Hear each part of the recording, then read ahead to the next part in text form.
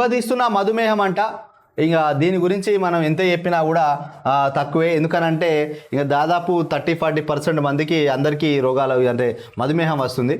బాధితులు 36% మందిలో మానసిక సమస్యలు, ఒత్తిడి, కుంగుబాటు, కోపం, ఆందోళన, భయం, సిగ్గు, విచారం వంటి వాటితో తీవ్రంగా సతమతం. జర్మనీ పరిశోధకుల తాజా అధ్యయనంలో వెల్లడి. పరీక్షలు చేయించుకుని జాగ్రత్త పడాలని సూచన. ఇంకా ఆరోగ్యవంతులతో పోలిస్తే మధుమేహ బాధితులు డిప్రెషన్ బారిన పడే ముప్పు 2-3 రెట్లు అధికం. వ్యాకులత, ఆదుర్ద, చింతతో బాధపడే ప్రమాదం 20% అధికమంట. డయాబెటీస్ బాధితుల్లో దానివల్ల కాలక్రమంలో వచ్చే దుష్ప్రభావాలు, సమస్యల గురించిన ఆందోళనలు తమ ఆరోగ్యాన్ని దెబ్బతీస్తోందని పేర్కొన్నారు. 63% ఈ విధంగా బాధపడుతున్నారు. 20% మాత్రం కుంగిపోతున్నారు, డిప్రెషన్ అవుతున్నారు. ఇంకా 28% మంది తమ పరిస్థితిపై సానుకూల భావనతో ఉండడం కష్టంగా అనిపిస్తుందని చెప్పి మధుమేహ బాధితులు. సో ఈ ప్రాబ్లం వల్ల మేము అందరిలాగా ఉండలేకపోతున్నామని 28% చెప్పిండు. డిప్రెషన్కు లోనయ్యే వాళ్ళు 20% ఉన్నారు. వివిధ రకాల బాధలు, దుష్ప్రభావాలతోనే ఆరోగ్యం దెబ్బతింది అనేటోళ్ళు 63% ఉన్నారట. ఇక్కడ మధుమేహం శారీరకంగానే కాదు మానసికంగా కూడా దెబ్బతీస్తుందని, చక్కెర వ్యాధితో బాధపడే వారిలో 36% మంది కోపం, అపరాధ భావన, సిగ్గు, భయం, ఆందోళన, విచారం, ఒత్తిడి, కుంగుబాటు వంటి సమస్యలకు గురవుతున్నారని తాజా అధ్యయనంలో వెల్లడైంది. జర్మనీలోని హెన్రిచ్ హీన్ యూనివర్సిటీ, డెసెల్ఫోర్డ్కు చెందిన పరిశోధకులు చేసిన ఈ అధ్యయన నివేదిక లాన్సెట్ జనరల్ తాజా సంచికలో ప్రచురితమైంది. దీర్ఘకాల మధుమేహ ప్రభావం శరీరంలోని పలు కీలక అవయవాలపైన పడుతుందని సంగతి తెలిసింది. అయితే చక్కెర వ్యాధి మానసికంగా ఎన్నెన్ని సమస్యలకు కారణమవుతుందనే అంశంపై జర్మనీ పరిశోధకులు దృష్టి సారించారు. మధుమేహాన్ని ఎలా నియంత్రించాలి, దీనివల్ల ఏమేం సమస్యలు వస్తాయో అనే సందేహాలు, జీవన నాణ్యత తగ్గిపోవడం, వైద్య ఖర్చులు నానాటికి పెరగడం, మందులు వాడుతున్న ఆశించినంత చక్కెర స్థాయి నియంత్రణలోకి రాకపోవడం, ఆహారపు అలవాట్లను మార్చుకోవాల్సి రావడం, ఔషధ మోతాదు ఎక్కువై రక్తంలో చక్కెర స్థాయి ఆందోళనకర స్థాయిలో పడిపోతున్నాయని చెప్పడం జరిగింది. మొత్తానికి 10వ పేజీలో దీనికి సంబంధించిన పూర్తి వివరాలు ఉన్నాయి. మొత్తానికి ఈ చక్కెర వ్యాధి వస్తే ఏ విధంగా ఉంటుంది అంటే డిప్రెషన్కి లోనవుతారు, చికాకు ఉంటుంది, బాధ ఉంటుంది, కోపం ఉంటుంది, నలుగురితో సరిగా కలవలేరు, సిగ్గుపడతారు, ఇవన్నీ ప్రాబ్లమ్స్ ఉంటుంది. ఒక విధంగా మానసికంగా ఆరోగ్యం ఖరాబ్ అవుతుంది, శారీరకంగా ఇక బాడీకి మధుమేహం పట్టింది అంటే, డయాబెటీస్ వచ్చిందంటే ఒక కర్రకు చెదలు పట్టినట్టే. చెదలు పడితే ఏం చేస్తుంది, వట్టిగా ఊకుంటుందా, బాడీ అంతా అది ఆ కర్రను మొత్తం తినుకుంటూ వస్తుంది చెదలు. సేమ్ ఈ డయాబెటీస్ పట్టిన వాళ్ళకు కూడా మల్టీ ఆర్గాన్స్ మీద ప్రాబ్లం పడుతుంది.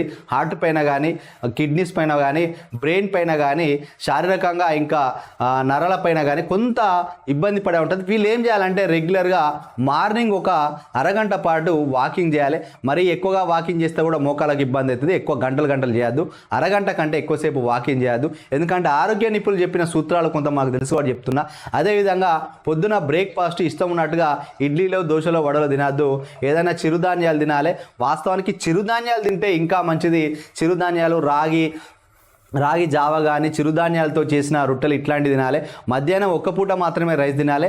నైట్ మళ్ళా జొన్న రొట్టె లాంటి ఆహార పదార్థాలు తినాలి. స్నాక్స్ తినద్దు, ఐస్ క్రీమ్ తినద్దు, స్వీట్లు తినద్దు, పండ్ల రసాలు తాగద్దు, పండ్లు తినాలి. ఆ పండ్లల్లో కూడా ఎక్కువ స్వీట్ ఉన్న సపోటా తినద్దు, సీతాఫలాలు తినద్దు.